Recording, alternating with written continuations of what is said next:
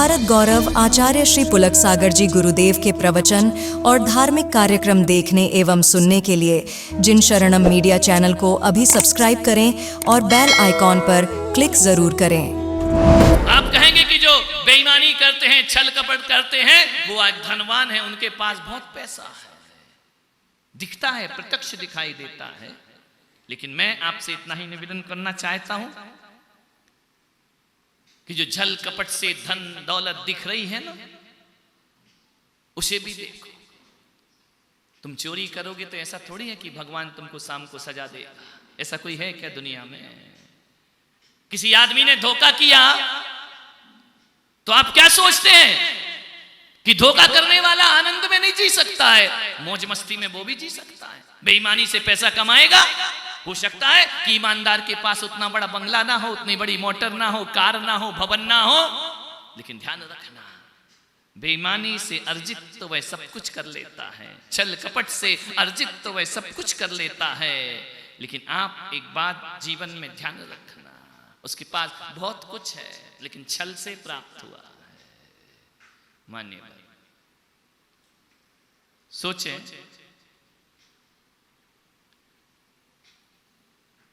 जीवन के बारे में थोड़ा सोचना है, थोड़ा सा चिंतन में जाना है।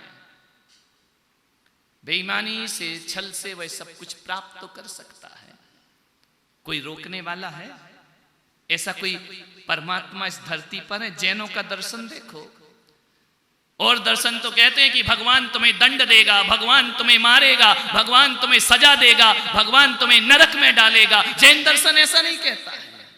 जैन दर्शन कहता है तुमको जैसे जीना है जियो, क्या फर्क पड़ता है? तुम छल से भी जी सकते हो, तुम निश्चल भी जीवन जी सकते हो, कोई तुम्हारा कुछ ना बिगाड़ेगा। कोई हत्या करके भी खुशी मना सकता है और कोई अहिंसा में भी खुशी मना सकता है, कोई छल कपट से भी खुशी मना लेता है, कोई निष्कपट भाव से भी खुशी मना सकता है। कोई किसी, ऐसा कहीं सुना है आपने कि किसी ने दुकान में बेईमानी की और सवेरे उठ करके देखा तो उसका अंगूठा किसी ने काट दिया? ऐसा कभी देखा है क्या? कभी नहीं होता है। किसी ने हत्या की और दूसरे दिन उसकी गर्दन कट गई हो? ऐसा कभी नहीं हुआ करता है। ध्यान रखना, कोई परमात्मा तुम्हें सजा देने वाला नहीं है, और यदि परमात्मा सजा देने वाला होता तो यहां तुम गलत करते हो, वहां सजा तुम्हें। परमात्मा कोई कोर्ट थोड़ी है कि पेशी पर पेशी बढ़ाते रहेगा, अभी नहीं बाद में मिलेगी, अगली बार आओ, अगली बार आओ। परमात्मा ऐसा नहीं हुआ करता है, ध्यान रखना है। कोई परमात्मा ऐसा नहीं जो तुम्हें सजा देगा। तुम झूठ बोलो तो कौन तुम्हें मारने वाला है? कोई तुम्हें चोरी करो तो कौन तुम्हें सताने वाला है? कोई कुछ नहीं करेगा। अपने व्रतों का पालन छल से करो तो भी भगवान कुछ बोलने वाले नहीं है, ईमानदारी से करो तो भी भगवान बोलने वाले नहीं है। भगवान तो छोड़ो, कोई तुम्हें कुछ बोलने वाला नहीं है। आदमी स्वतंत्र है, जैसा जिए वैसा जी सकता है, कोई पाबंदी लगाने वाला नहीं है। सोचना आपको है, आपको कौन सी दुनिया चुनना है, छल कपट की दुनिया चुनना है या निष्कपट की दुनिया चुनना है। कभी सुपरमार्केट में गए, मॉल में आजकल बाजार लगा है, क्या होता है वहां बताना? मैं तो आज तक गया नहीं, मैंने सुना है, मैं तो किसी मार्केट में नहीं गया। क्या होता है वहां पे? बोलो, सुपर मार्केट में क्या होता है, मॉल में क्या होता है? सामान लेने जाओ तो बोलो, सारा सामान रखा है ना पूरा। मैंने देखा नहीं है, बिना देखे बता रहा हूं कि सारा सामान वहां लगा रहता है, जिसको जो उठाना है ट्राली में डालते जाओ, डालते जाओ, डालते जाओ। अब तुम्हें जहर डालना है तो भी दुकानदार कुछ नहीं कहेगा, अच्छी चीजें डालना है तो भी दुकानदार कुछ नहीं कहेगा। उसे क्या लेना देना है? तुमको तो जो तुम्हारी चॉइस हो, जो तुम्हारी इच्छा हो, उसमें डालते जाइए, डालते जाइए, डालते जाइए। कोई हाथ पकड़ने वाला नहीं है, कोई रोकने वाला नहीं है, कोई रोक टोक नहीं करेगा। वहां करते हैं क्या सोहन जी?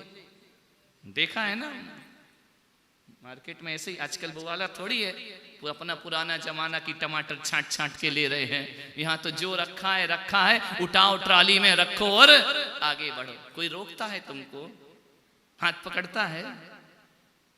बोलो, मार्केट नहीं गए क्या? माता जी महाराज हो क्या? गए होगे ना? ऐसे ही होता है ना आजकल। हमारे समय ऐसा नहीं था, हमारे समय तो देखना पड़ता था, तराजू देखना पड़ता था। आजकल तो पैकेट पे ही सब लिखा रहता है, ये उठाओ ये डालो, ये उठाओ ये डालो, ये उठाओ ये डालो।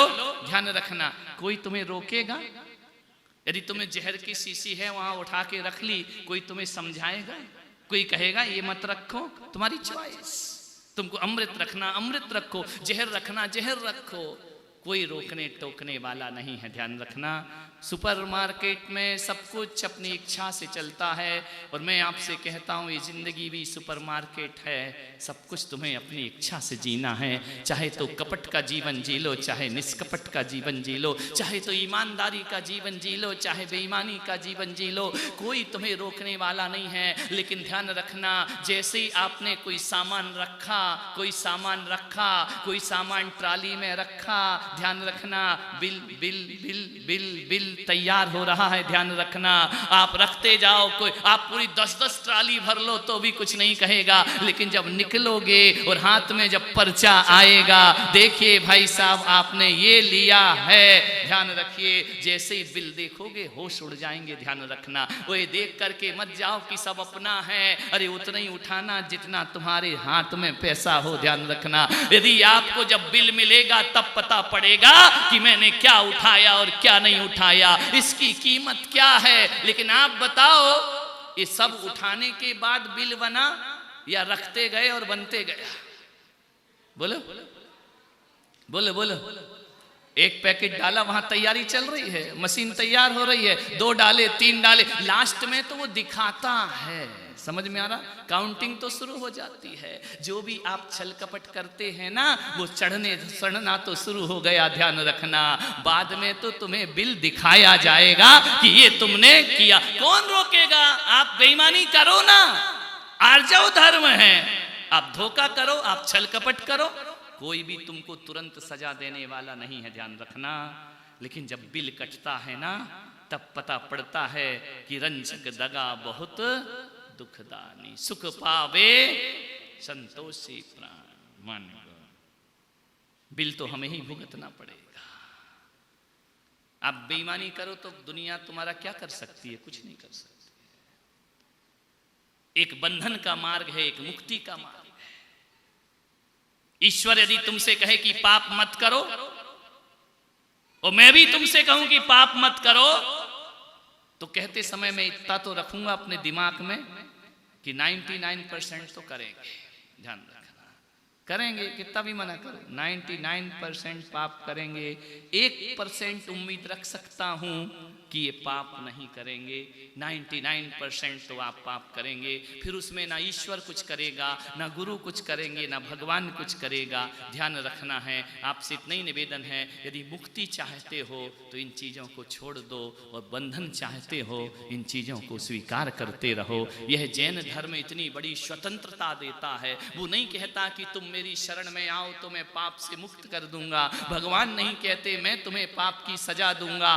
कुछ नहीं करता जैन दर्शन का ईश्वर। वह तो सिर्फ कहता है कि अशुभ करोगे तो अशुभ फल पाओगे, और शुभ करोगे तो शुभ फल पाओगे। सरलता में जियोगे, सहज हो जाओगे, परमात्मा के दर्शन हो जाएंगे। ध्यान रखना, कोई पाबंदी नहीं है।